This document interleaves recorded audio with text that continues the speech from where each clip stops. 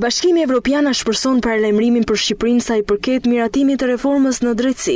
Nga Shkodra, përfaqësuesi i delegacionit evropian në vendin tonë, Jan Rudolf, kërkoi që klasa politike ta miratoj para pushimeve të verës reformën, pasi në të kundërt agjenda e ngarkuar e Bashkimit Evropian do ta shtyjë pa afat rekomandimin për çeljen e negociatave.